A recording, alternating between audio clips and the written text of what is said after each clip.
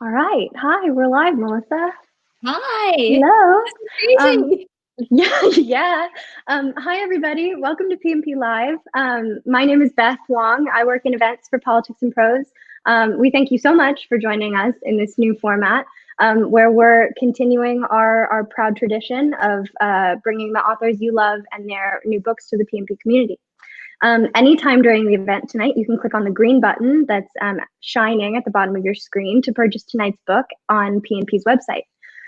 We are currently offering free media mail shipping as an incentive, especially as our physical stores are closed and we need your online purchases in order to keep bringing you the program that the PNP is known for.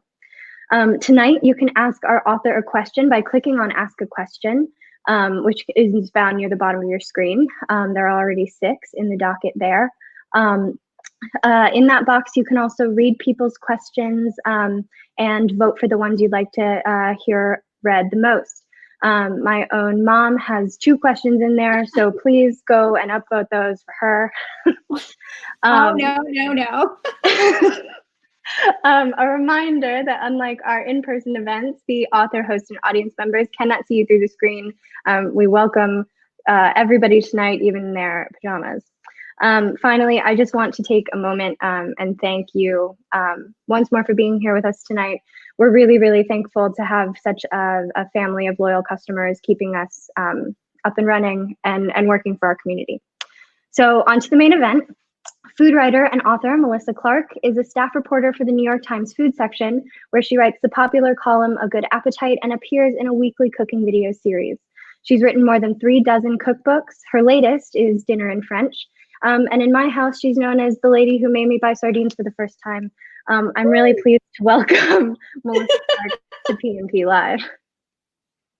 Thank you so much, Beth. Thank you. I love that. I love hearing that people buy sardines. You know, one thing that happens to me all the time. Well, first of all, hi everybody. This is weird. I can't see you. I know you're there, and it's warming my heart. So this is a really weird time. I desperately wanted to get to DC to connect with all of you. Maybe some of you aren't even from DC or from all over. I wanted to do a book tour so I could come and meet you in person, and I'm going to do it as soon as we can get it together. So thank you for joining me here in my Brooklyn house in the interim. Anyway, so I'm going to talk about my book, but I think what's on our minds right now is this social distancing that we're all doing, and I just want to tell you what my situation is, just so you all know, because you know you're kind of in my house. I live in a brownstone in Brooklyn. We are blessed to have 3 floors, and there are 3 people in the house, so we have it good. We are in a happy lockdown situation. It's my daughter who's 11. It's my husband and myself. She's going to school, so she'll doing her distance learning, and Daniel and I are working. And every day we try to get out for a walk, and then we come in. We try not to talk to anybody except for 6 feet away. And I cook really, really, really good meals. And I'm doing something for the New York Times right now. Even if you're not a subscriber, you can get this for free. It's not behind a paywall. And it's pantry cooking. So if you are home and you stocked up on stuff like pasta and beans and sardines and tuna, and you're not sure what to do, you can find that online and check it out. It's meant to be helpful. Please comment. You can even comment here of recipes you'd like to see me do. This is what I'm doing right now. This is my project, trying to help you guys and also myself eat really well, because it's kind of what we've got going on for a while. And we are also lucky not to be sick. I'm very grateful. So that's my coronavirus update. And now I want to introduce my book. I don't know if any of you have bought it already, but here it is. It's backwards. At least it's on my screen. It's backwards, but it's Dinner in French. This is an asparagus tart with goat cheese and puff pastry that you buy, and it is so delicious and so easy. And that recipe is also on the New York Times site, although that one might be behind a paywall. But it's worth trying. So okay, I'm going to talk about why I decided to write this book, because it's it's a little bit odd. If you know me from the New York Times and from my other books, you might think, well, why is she writing a French cookbook? You know, Melissa Clark, she grew up in Brooklyn. There's no French there. She doesn't even speak French, which is true. I speak really bad French. And I think that my lack of language skills is what kind of keeps me from really going full force with my inner Francophile. I learned how to cook in France. I went to France every single summer when I was a kid. So it's a little crazy. So when I was growing up, my parents were psychiatrists. And if any of you out there were psychiatrists in the 1980s and before that, you know that back in the day, psychiatrists had the month of August off. It was just a time-honored thing. It doesn't happen these days, which I think is better. But back in the day, if you were a psychiatrist, you took August off. I don't know what your poor patients did. I remember there was some doctor always on call, but you know, mostly people were gone. And my parents went to France every single summer since I can remember. Apparently before I was born, they used to go to the Catskills or they used to go to Martha's Vineyard. But I guess it was in the late 60s, my great aunt Martha. So both my parents are also from Brooklyn. We are, you know, I guess third generation Brooklyn. And my mom's aunt, so my great aunt Martha, my great aunt Martha and my great uncle Jack decided that as a present to my parents for graduating from medical school, they were going to take them on a 21-day European vacation, like, you know, 7 cities in 21 days or something like that. And so, with a big tour group. And my parents were like, oh yeah, of course we want to do this. And so they went, and actually my mom had to drag my dad. My dad was like, oh, I really like fishing. I just want to go to the Catskills. He wasn't that interested, but my mom was like, we are going. And so they went, and they liked the rest of Europe fine, but they loved France, and it stuck with them. You know, it was so different from the Brooklyn that they grew up in. You know, it was ancient, first of all, and it was, it just connected them to history beyond, you know, the history that they'd learned, you know. So we're Jewish, and that was a big part of my childhood too. And for them, that connection, you know, beyond America to Europe, to, you know, not that they were French, not that my parents were French Jews, they were actually Austrian and Russian, but it was still a sense of connection, you know, beyond. And also they fell in love with the food. Both of my grandmothers were fine cooks. They were fine, but they weren't great cooks, you know. And when my parents dug into, you know, all of those French classics, they were just, that was it for them. And they bought Julia Child, and they came home and they cooked their way through Julia Child. And I spent my childhood in the summers. So in the summers, in August, we would go to France and we would exchange our house. So try to imagine before Airbnb, try to imagine before the internet, we would write letters. We'd actually type out letters on blue onion skin air mailer paper. And there was a book that just listed people who were interested in exchanging all over the world. And we would go to France and we would kind of look for the number of bedrooms and, you know, where the location of the house was. There were no pictures. It was just a listing. And then we would write letters, and we would send out like 20 letters, you know, and we'd put, you know, Xerox pictures of our house and our family and our cat. Like, okay, you know, you get the cat. If you come, you have to take care of the cat. And so and then we'd send these letters out, and then weeks later, the letters would start trickling in, you know, and we would get exchange offers, and we went all over the country. And, you know, the French people came to our house, and they slept in my bedroom. Their kids slept in my bedroom with all my posters, my big Marilyn Monroe poster, and, you know, all my comics and my Archie and Veronica's, and they took care of our cat. And we stayed in their house, and sometimes we took care of their cats or dogs or whatever it was. They drove our VW Rabbit. We drove their, you know, Peugeot, or in one case, it was actually a white Mercedes convertible. I was 17, and my parents were like, you are not driving that car. And I was so sad. That was in Nice. That was a crazy story. Anyway, I write all about, anyway. So, but going to France every summer was where I learned how to cook, because when we were in Brooklyn during the rest of the year, my parents are both psychiatrists. So they both worked, they worked through dinner time. They worked until probably like 9 o'clock every night. And my sister and I would have dinner by ourselves beforehand. And, except on the weekends when we would eat together. But during the week, they were working and we weren't cooking. My mom would like heat stuff up and leave it on the hot tray. I remember we had a hot tray, and there was like steak or fish cakes or whatever. But in France, we cooked all the time. We cooked together. We just did the thing. We did that thing that you like see in movies and on TV. We went to markets and we bought the day's groceries, and we'd come home and we'd cook, and we'd go to restaurants, and it was amazing. And it was the best time of my childhood. So this is why I'm so attached to France, because it is where I learned how to cook. And it is also the most time I ever spent with my family. So it's really important to me. And I write all about it in this book. And, the recipes are not strictly French. They're French-ish, but they're the way I see France and the way I see French food, which is definitely through my Brooklyn perspective. I'm very practical. I am,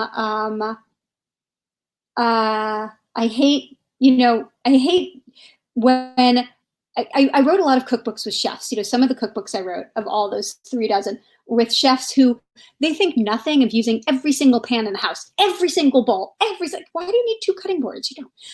And I'm not like that. I streamline, I'm practical. I hate doing dishes. And so the way I approach all of my cooking is through this lens of practicality. And that is especially true in this book. So France is the starting point, and then it gets filtered through, me, my experience, my love of anchovies and sardines. So maybe it's a little heavy on those. My desire for practicality and streamlining, and also all the other flavors I've ever had in my entire life, and especially the Brooklyn ones. So I like to say that this is sort of France by way of Brooklyn, but it's more than that. And also, I'm not starting from the fancy food. I'm not starting from like haute cuisine, French, like fancy sauces. And, I'm starting from what French people actually make for dinner every night. Because, French people cook dinner every night too, just like us. So, and they're actually cooking really good things. So I take those flavors and I put them in, and they're simple. And that is what you will find in the book. Here's an example. Okay. So ratatouille. Who doesn't love ratatouille, right? But if you do the classic Julia Child recipe, the super classic French recipe, you take your vegetables, you cut them just so, you probably cut them into bâtons and like special shapes, and then you cook each one separately, each kind of vegetable separately in a pot on the stove. And you stand there and you stir it and you tend it, and you wave your magic fingers over it and do all these kinds of things, and you're very, you take care of that pot. And then when the zucchini are done, you take them out, and then you do your onions. And when the onions are done, you take them out, and then you do the peppers, right? So this takes you all afternoon. I do the whole thing on a sheet pan. I've done sheet pan ratatouille for a long time. Actually taught to me by someone, by a Parisian, who's like, oh yeah, we do it the streamline way. So it's definitely French, but it's much easier. And then I took that recipe and I added chicken to the pan, because I thought, well, I love a sheet pan chicken dinner. Who doesn't love a sheet pan chicken dinner, right? So I've got my ratatouille going. What happens if I just put the chicken on top of the ratatouille, and then the chicken fat, the schmaltz, melts into the vegetables, and the skin gets crisp, and I've got my chicken and I have my ratatouille all in one. So that recipe's in here, and that's how I approach this book, and that's why I wrote this book. And yeah, so that's my story. I know that Beth is going to ask me questions, and I know you guys have some questions. I see there's 10 questions, so I'm going to turn it over, and I'm going to ask questions. I wish I could see you, but hi, Beth, I can see you. Hello. Yeah, so a couple of questions from the question box. We'll start with Liz's. I think it's a really good starting off point. Liz says, I love cookbooks, but often get overwhelmed when I actually think about cooking a recipe. Can you give a recommendation for a lazy chef like me from your new book that could get me started? Okay, I wonder if she wants sweet or savory. So I'm going to give one of each. Okay. A sweet recipe and a savory recipe. Okay, gosh, one of the simplest recipes I would say is start with an omelet. Now, you might think, okay, an omelet, that's hard. A French omelet, it's hard. First of all, if they turn into scrambled eggs, no one's going to know. Like, you're making this for you. What's beautiful about an omelet is that you make one, or maybe you make two. You can make it for breakfast, lunch, or dinner. And if it doesn't come out, like, it's still yummy, because like the worst thing you can do, like I said, is if you mess up your omelet, you get scrambled eggs, and those are still good. Just don't overcook it. So my interpretation of an omelet is, instead of doing herbs and cheese, which would be a very French way to do it, I put a tahini garlic sauce. So that tahini dressing, that delicious tahini dressing, maybe you'd put it on falafel, or you'd use it as a dip. I use that as my omelet filling. And it is so easy. And the whole thing takes 15 minutes, and you can't mess it up. And if you do mess it up, it's still going to be good. Just don't overcook it. So I would say start with an omelet. And then if you want to have dessert, I know this is going to sound intimidating, but I swear it's the easiest thing. Marzipan, homemade marzipan. It is just almonds, and you can buy almond flour, so you don't even have to grind it up. And you just mix it with confectioner sugar and some egg white. And it is so easy, and it looks so impressive. And it's like, if you were the kind of person who liked to play with clay when you were a kid, or maybe when you're a grown, I still love playing with clay, like modeling clay, and you can like roll the marzipan into different shapes. It's so satisfying. I like to flavor it with rose water. So I have rose marzipan. I'm going to show you the picture, actually, because I can do that. Or lemon zest is really good, or lemon zest and rose water. And then if you want, you can dip the marzipan in melted chocolate, and then that's like super duper fancy, but you don't even have to. All right, see if I can find, oh yeah, here it is. I don't know if you guys can see that. Oh yeah. Can you see that? So I added a little bit of pink food coloring, red food coloring. So the rose ones are red, and the other ones are citrus, lemon, and that's my daughter's hand. And yes, so I would say those are the two recipes I've got for you. They're so cute. Are those in little balls then? I guess you can shape them, but. You can shape them. I mean, you could make, if you're really fancy, you could make little hearts. You could make, you could roll it out and use cookie cutters to stamp it out. You could, I don't know, you could make ducks. You could shape them into ducks. You could. Love it. I just roll them into balls. So we all have everything in our pantries to make marzipan ducks. I love that. Yeah, if you have almonds, and if you don't have almond flour, you could just, grind up some almonds in a food processor or a blender. Totally. Janie asks, she says, Bill Buford's review of Dinner in French says that the book could easily be called The Dinner I Want to Eat Tonight. But Janie asks, what staples do I need in the pantry to incorporate the recipes into my daily meals? So what kind of French staples do you suggest keeping on stock? It's funny because French staples are really just the same staples that we always have. It's not like you're going to need to go out and get something specific. Like if we're cooking, I don't know, like if you're cooking Northern African cuisine, you want to buy harissa, right? Like, or, if you're cooking Thai food, you want lemongrass. It's not like that for French food, just because that's so much of what we consider, just regular, just what we're cooking with is French. They're not, you don't need to buy like, herbe de Provence, which is their dried herb mix of lavender and thyme. You don't need that. You could have it, but it's not. But what you do need is you need really good butter. So you just need to get the best stuff that you would have anyway. So butter, olive oil, garlic. And, when you're buying garlic, I mean, right now it's hard to get any, right now it's like you get what you get. But when you have the choice, if you can find garlic that's like really we're coming into spring, you can get fresh garlic, and you can get all kinds of different kinds. So just think about trying to find like good garlic with a super tight head where all the cloves are plump, and that's going to taste the best. You're going to want things like, anchovies, of course, but you have those, right? Oh yeah. Totally, right? Sardines. Great tomatoes. You could get fleur de sel. So that's, but again, fleur de sel is something that I think a lot of us have been buying for a while. So it's a French sea salt, and it's got a nice flaky texture. But I use Malden or Jacobson, other flaky sea salts out there. So it doesn't have to be French. It really, you're not going to taste the difference. It's more of a textural thing. What are some other things that you should have? Great cheese like Comté and Gruyere I have a lot of recipes with both of those cheeses. They are semi-firm and aromatic and very nutty. And I make, oh gosh, I have, of course I have to have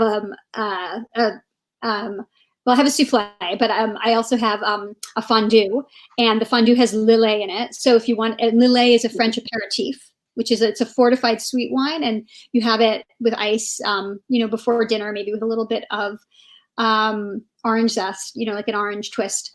What else? What are other pantry things?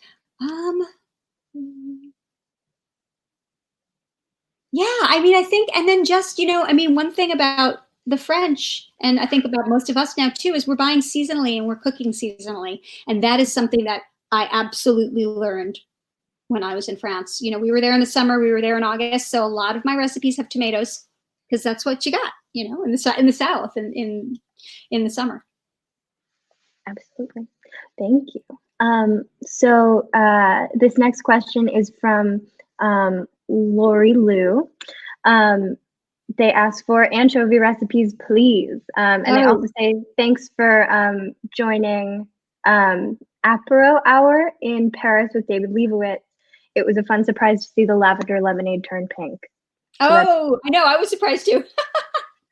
Okay, so for everybody else, so David Leibowitz, if you don't know David Leibowitz, he's fantastic. You probably all do know him. He is a cookbook writer. He specializes in desserts, but he does everything. And he lives in Paris, and he lives a dream life with his fantastic boyfriend and partner, I should say. And they are, he's just a great writer. He has many cookbooks out, and also and prose books too. So look for him. And he had me on an Instagram live where I did one of the recipes from the book, and I'll show you. I love being able to show you this. Actually, this is kind of fun. I miss you. I miss having you all here or there, but I like to be able to show you these things. Mm-hmm. So his latest book is called Drinking in French, or Drinking French, actually. And it's cocktails inspired by France with using a lot of French liqueurs and spirits. And it's great. And so he and I were talking about drinking in French. And we did a recipe for lavender lemonade. So that is, you can see it in that pot. That's a lavender and lemon syrup. That's lemon zest, sugar, and lavender.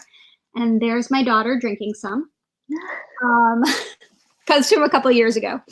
Anyway, so I demoed this recipe, and I had, I didn't have fresh lavender. I had dried lavender, and I also had a lavender sugar, which is something that I had bought and never used. And I was like, I'll just use some lavender sugar in this. So I threw it all together, and I made the syrup, and then I strained it into the pitcher, and the whole thing was lavender colored. It was beautiful. It was pink. It was pink lemonade, and it was delicious and thrilling. So I highly recommend you all do that. If you have lemons, it's a fun thing to do. But wait, we're talking about anchovies, right? I'm like, should I answer the question? So I have a lot of anchovy recipes in the book. I'm going to show you my favorite, the ultimate anchovy recipe, and that's for a pissaladière. So pissaladière is it's like a pizza. It sounds like pizza, but instead of tomato, or sometimes it has tomato, but instead of like a tomato sauce, it is covered in caramelized onions, like beautiful, soft, deeply cooked onions. And then it's baked with anchovies on top, anchovies and olives. And it is so good. And I have a recipe, and you can use pizza dough. You don't even have to make your own dough. You can just buy pizza dough for this. I did add some tomatoes. Some recipes do have thinly sliced tomatoes, and I decided to do it that way, but you don't even have to. And here is the photo. Oh, yeah. Right? See those anchovies? And the good thing about this recipe is that you can add as many anchovies as you like. Or say that you live in a house where you love anchovies, but maybe your partner is not so into anchovies. Half of the pizza has the anchovies, the other half has no anchovies, and everybody's happy. So that is a good one. Let's see, I do sardine toast, which you could do with anchovies instead, which is so good. It's fresh tomato. The key thing here for that one is that you take your bread and you take a garlic clove, and you have the garlic clove, and your toast should be warm, and you rub the garlic all over the warm toast, and it kind of purees itself into the bread. And then you put olive oil and salt and tomato and sardines or anchovies, and it is heaven. And then I have a recipe for gougère. So gougère are those little cheese puffs, and I put anchovy into the gougère. because yeah. And there are more anchovy recipes. Those are just the ones I'm thinking of. You heard it here, everybody, the ultimate anchovy recipe. So Olga has kind of a fun puzzle for you. They say, I have 3 leeks and 1 large zucchini. What should I make? Ooh. Oh, just saute it all together. That sounds good. I'd make pasta. I would use that as a pasta sauce. So I would slice up the leeks and saute them with some garlic and get them really, really like not brown, but super golden. And then add the zucchini. And if I was going to do it with a pasta, I would cut the zucchini kind of small, like in a small dice. And so you do your leeks, and then you add your zucchini, and that's when you crank the heat up. So you make sure that your leeks aren't brown. So they're just kind of golden. And then you throw the zucchini in, and then you crank the heat, and then everything gets golden together. And you add a lot of butter and olive oil, both olive oil and butter, because why not? And then you add some anchovies too. You throw the anchovies in there too with the zucchini. And then you just toss it with pasta and Parmesan cheese, and yummy, right? Totally. That sounds perfect. Kathleen has a question about process. What's your process for inventing a recipe? How long does it take you? How many test runs, etc.? Oh, I test a lot.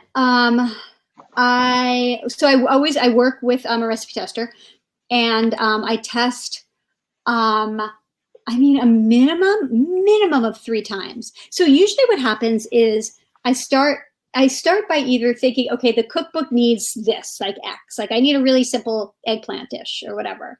And then I'll start from the needs at hand, whether it's a cookbook or, or the New York Times. If I'm doing a recipe for the Times, an editor might say, okay, we could use a really cozy casserole. What have you got?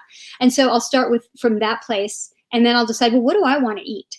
And then I'll sort of pass it through my own hunger and what I can get, or what I have around. And then I'll make it for dinner as like the first time. I'm like, okay, well, so I'm going to make this eggplant dish, and I'm going to make it for dinner, and I'm going to feed my family, and we're going to see if we like it. And if we like it, then my husband will say, okay, write that one down. And then I always keep a notebook in the kitchen, which is really important. If you're writing recipes, keep a notebook in the kitchen, and I'll scribble down what I did. And then I will give that scribble to my recipe tester. I mean, it depends on, I've been working with this one woman, Jade Zimmerman, for a really long time. And so she and I, it's like telepathy. I'm like, give her my scribble, she gets it. And then she'll make it and, type it up, and then we'll make it again. And that's like if it all works out. Sometimes I'll type it up if I'm working with someone new, who can't read my mind when I, write down half garlic, what does that mean? But, so I'll type it all out, and then, she'll test it, and then we'll test it again. That's if it works. But what if it doesn't? So we do this and we make it, and we're like, you know what? You might have thought that was really good when you made it for dinner, but you probably drank too much wine, and it's actually not that good. So how can we make it better? So then we're like, all right. And we just keep testing it. And then we know a recipe is done when we stand over the pan and we can't stop eating it. We're like, okay, last bite. No, wait, last bite. Okay. No, we're saying it's the last step away from the pan. Put your fork down. And then we know it's done. All right. Thank you. That's a good indicator, definitely. GC asks, GC says, your cookbooks are wonderful. What cookbooks by other writers do you love? Oh gosh, so many. Let's see. Well, okay, I just reviewed this cookbook for the Times that I loved. It's called Beyond the North Wind, and it's a Russian cookbook by Dara Goldstein, and it just came out. And it's beautiful, and it taught me so much about Russian cooking that I didn't know. For example, I think it was like vodka flavored with spruce tips, and all kinds of like wonderful fermented yogurt and milk dairy dishes, and more things to do with beets than I had ever thought of, but beautiful. So I'm really excited about that book, and the photos are amazing. So that's a great one. Let's see. I mean, there's, I've been talking about a British food writer who I love, Diana Henry, for a long time, and she's fabulous. And she has a lot of cookbooks. One of them is all chicken, which is a brilliant idea because who has enough chicken recipes? I don't have enough chicken recipes. So she's great. So look for Diana Henry's cookbook. I think her chicken book is called A Bird in the Hand. And she also has another one, a newish one called From Oven to Table, which is like one pot meal. So that one is great.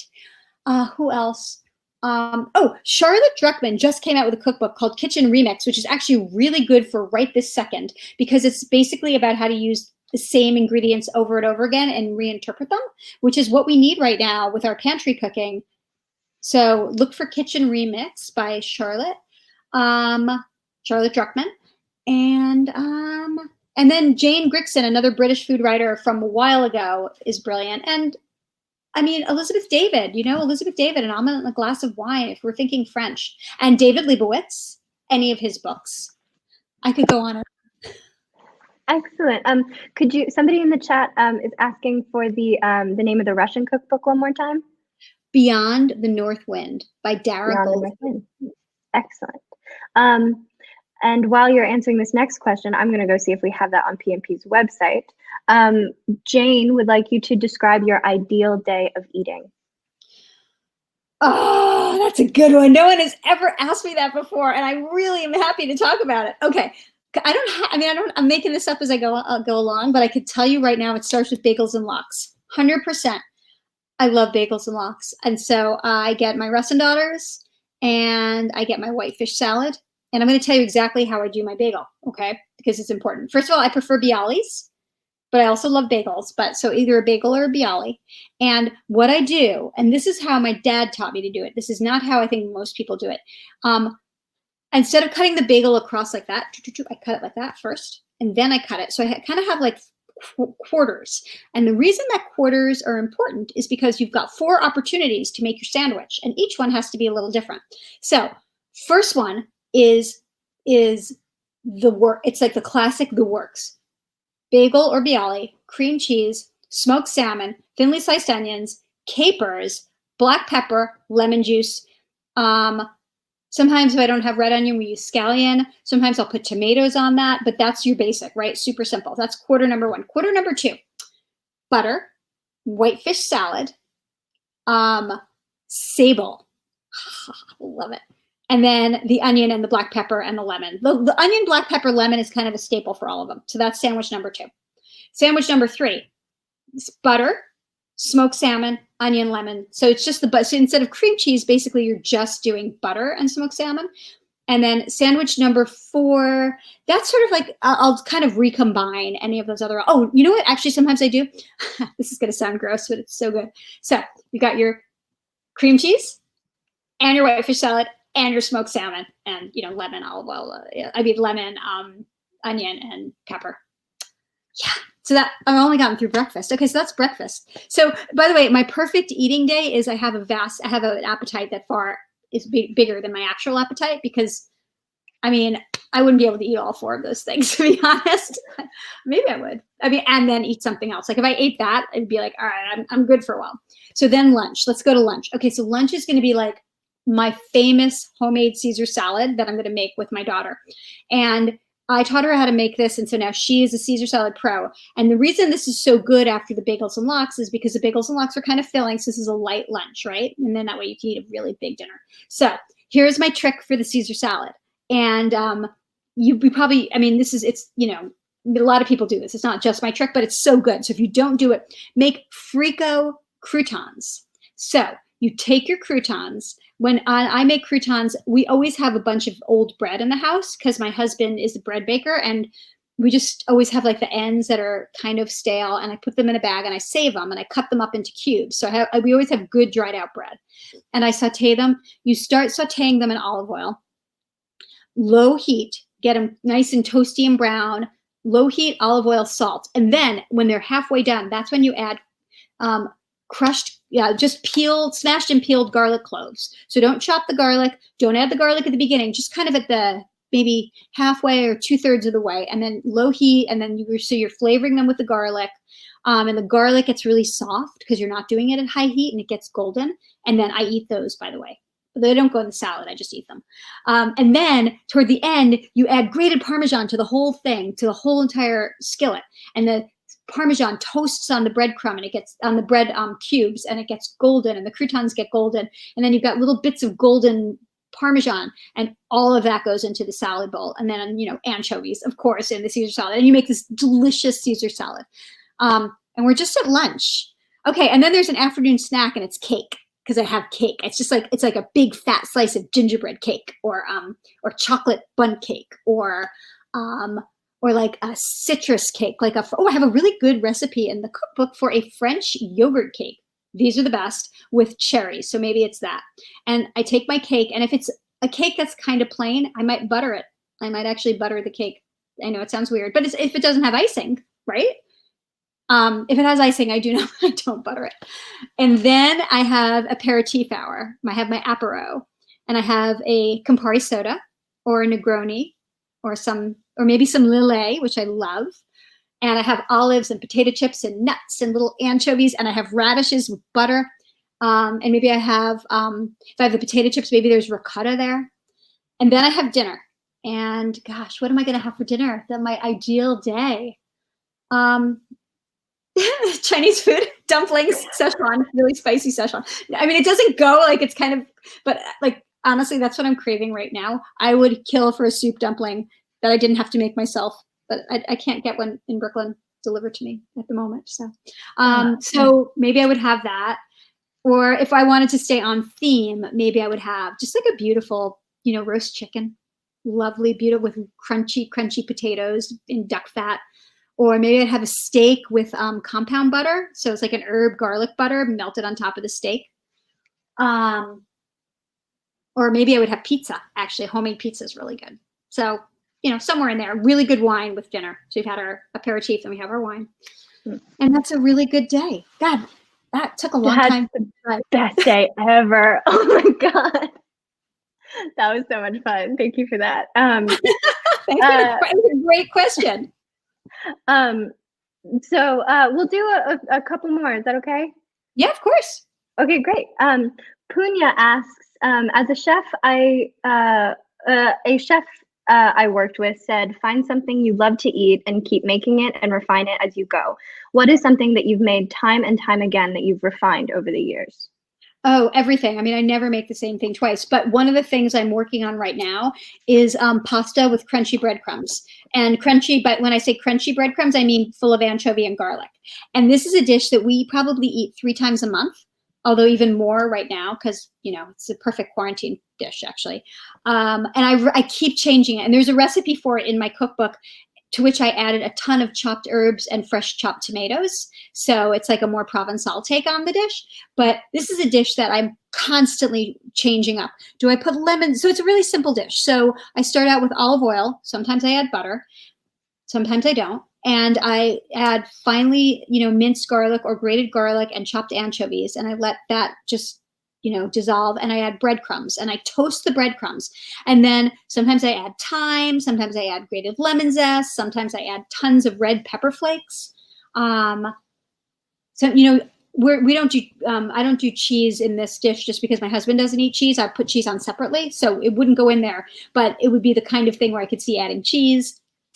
And then you have these, and then, so that's you can constantly refine them, always changing up the amount of oil or butter and how hot the pan should be, and how big the breadcrumbs should be. Should they be fine? Should they be bigger? Should they have crunch? Should I add olives? So, and then the pasta, which shape is the best? And you want a shape that traps all those crumbs. And then what kind of vegetable do you add? Or do you just add the crumbs and more butter and call it a day? Or do you chop up kale? Or do you, the other day I did it with the leeks, that question about the leeks, all this question about leeks and zucchini, that would be perfect with those breadcrumbs. So this is an ever evolving dish, and I constantly change it. That's awesome. And kind of in that vein of changing and altering, Rebecca says, I'm dairy-free, so often I don't feel like French food is for me. Are there recipes in your book that don't use dairy or would be delicious without them? Oh, yeah, absolutely. Well, we don't do dairy. And we do butter. So, butter doesn't have a lot of lactose. So it depends on what you're allergic to, like what you're reacting to. So for my husband, he can eat butter, but some people can't. So, and that is definitely at the heart of a lot of French recipes, but there's also Provence, which is all olive oil all the time. And there's tons of recipes that are French. They're not Italian. They have their special, they are absolutely French, but they rely on olive oil. And then there's also the middle of the country in France is all duck fat. So I don't know if you eat meat or not, but duck fat is another, butter is less common than duck fat in the center of the country. I think Waverly Root once wrote that France is divided into there are three linguistic regions, different ways of saying the word wheat. I forget what they were. And within those three linguistic regions, there were three culinary regions. It was olive oil, duck fat, or butter. So. Awesome. And Lindsay, another kind of process question. Lindsay asks, what does a cookbook author look for in a recipe tester? Oh, okay. So all my recipe testers, well, for the most part, they work in my house. I have one super trusted tester who she back tests recipes. So say that Jade and I are like, we've made this recipe 100 times. And we're like, is it good? I don't know if it's good anymore. I can't tell. Is it good? Is it good enough? Maybe we're sick of it. Is it delicious? Then we send it off to Adelaide, who does not work in my house. But I know her for a really long time and I trust her palate. And she goes through that recipe and just rips it to shreds and tells me everything that's wrong with it in a good way, like constructively.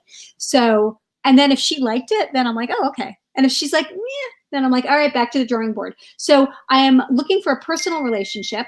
I'm looking for somebody I can trust who understands my palate and who I see eye to eye on. So it's really, I need to be in the same room with them for a while to develop that. Mm-hmm.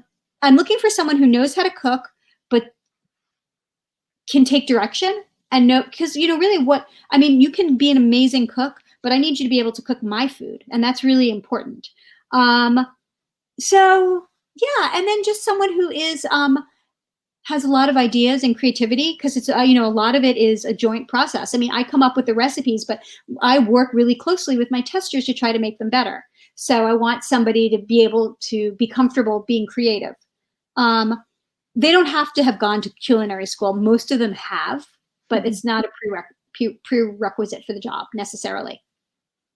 All right. Oh yeah, Steve asks a fun one. What was your biggest recipe failure, and what did you do to fix it? Oh God, the famous banana blondies. So, okay, I got this idea in my head that wouldn't it be great to put banana in blondies and have banana blondies? Like that'd be so good, right? And then I thought, well, let me put them on a shortbread crust. So it'd be like chocolate shortbread and then banana blondie. Boy, this recipe took forever. I think I tested it like 16 times before I got it right. It was like the baking soda was too much. They were too gooey. They were overcooked. They were undercooked. I don't remember how we finally whipped it into shape, but it was a thing. And I kept bringing them into work. And my colleagues at the office at the New York Times were like, oh, these are good. I'm like, yeah, they're not good. No, they're not good enough. And finally we got it. So if you look on the New York Times for my banana blondie recipe, you will know that lots of love, sweat, and tears went into that. Oh, love it. So Cynthia asks, what are your favorite vegetarian French meals? I know the cover recipe is a vegetarian dish, but are there any other favorites in the book? Let's see. I have a vegetable tagine, so North African inspired. But I had my first tagine ever in Paris, so to me it's and obviously the French presence in North Africa. And so you had a lot of cultural exchange. And so it's a vegetarian dish. It's full of pumpkin and turnips, and I serve it on couscous, and it's just got all the great spiced flavors of a tagine, and it's vegetarian. So that one is a great one. Let's see, what other great, I have a whole vegetable chapter. So I have a lot of vegetarian main course recipes. I have a great mushroom goat cheese recipe, crostini with goat cheese and mushrooms, which is just really good. The mushrooms are roasted, which I love. What else? The omelette for sure. If you eat eggs, that one is definitely that's such a great simple dinner. I have a great soup. I have this amazing lettuce and pea soup with little ricotta dumplings, kind of it's just so. It's perfect. It's going to be perfect as soon as we get peas. Just lettuce and peas. It's such a classic French soup, and we don't think of it. And you can, I think I do make it with chicken stock in the book, but it's the kind of thing which vegetable stock is perfectly fine. That sounds great. I've not really heard of lettuce in soup. That's awesome. It's really good. Very fresh. Yeah. So I'll ask another a final audience question, then I've got a question of my own. Linda wants to know, what did you cook tonight, or what did you make today? Well, okay, so today for the New York Times, I did a cornmeal pound cake, like a cornmeal loaf cake, which is on the New York Times website that you can find, and it's delicious, and we're absolutely having it for dessert, and I already had a big chunk for my little afternoon snack, and yes, I put butter on it. And it's really simple. It's a citrus-flavored cornmeal. I put yogurt in it. It's kind of like a French yogurt cake, but the cornmeal just gives it, texture. And then for dinner, I have my dinner all planned. So as soon as I leave you guys, I am going to go downstairs and I'm going to make chicken liver pasta. So I have chicken livers in the freezer, so I defrosted those. And I'm going to saute them with garlic and rosemary and shallots and a little bit of sherry, butter. I'm going to put them over pasta, and it's going to be delicious. Oh my God, that sounds awesome. So thank you so much for this like really awesome question and answer session. Thanks for having me. Of course. So we are asking our authors, like, as we go through this moment, as we're all sheltering in place as we should, are you reading anything that's getting you kind of through these times, escaping, or giving into, I don't know, pandemic lit, or what are you reading right now? I'm going to show you, actually. I have it right here. All right. Yeah, you guys are in my bedroom. That's the truth of it. Okay, so Dance to the Music of Time. This is, can you see it? Yes. Dance to the Music of Time. It's Anthony Powell is how it looks, like Powell, but it's pronounced Powell. And so this book, A Dance to the Music in Time, this is a quarter of it. So it is a very, it's 12 books. Each one of these is 3 of them. And the one I'm reading right now, so I've been reading this book for a couple of years because, I guess, about a year actually, on and off. And I read other stuff in the meantime, it's sort of in between. But this volume is all about World War II. And what makes it so apropos for right now is it just puts it in perspective, Like I think we all feel so sad and scared, I know I feel sad and scared. And then I read this and I'm like, it's going to be okay. Like, we're not at war. We have food. We have, we're scared, but we can protect ourselves. There are no bombs. So I don't know. It helps. It helps me. I also recently read the Decameron by Boccaccio. Which was written during plague time, and it's hilarious body stories meant to distract the nobles from the plague. And so you read about, but the introduction to that is all about like the plague, or 1 year, one session of the plague. The plague was recurring through medieval Europe. And again, it's like, you just read about the death I think at one point, 50% of Europe's population was wiped out by a plague. So again, it puts it into perspective and it calms me. Amazing. Thank you. Patricia in the chat says that she's read those novels, the Pole twice. And she says they're the greatest ever written. So they're amazing. Yeah. Well, Melissa, thank you so much for this. It was so incredibly lovely. Oh, sorry, I don't want to cut your head out. It was so incredible. Thank you. This, even personally, I'm a big fan, and this was a great event. I encourage everybody watching to hit that button down at the bottom of your screen and purchase Dinner in French by Melissa Clark from Politics and Prose. Your patronage right now is what is enabling us to bring you programming like this. We won't be able to continue to host these events without the book sales to support them. And so we thank you for every single book purchase. It's felt and it makes a difference. You can follow Politics and Prose up at the top of your screen by clicking on our logo. You can see all of the new authors that we're hosting in the near future. And we encourage you all to stay well read, and we'll see you next time. Thank you so much, Melissa. Thanks for having me. See you in DC, I hope. Yes, definitely. Bye. Bye.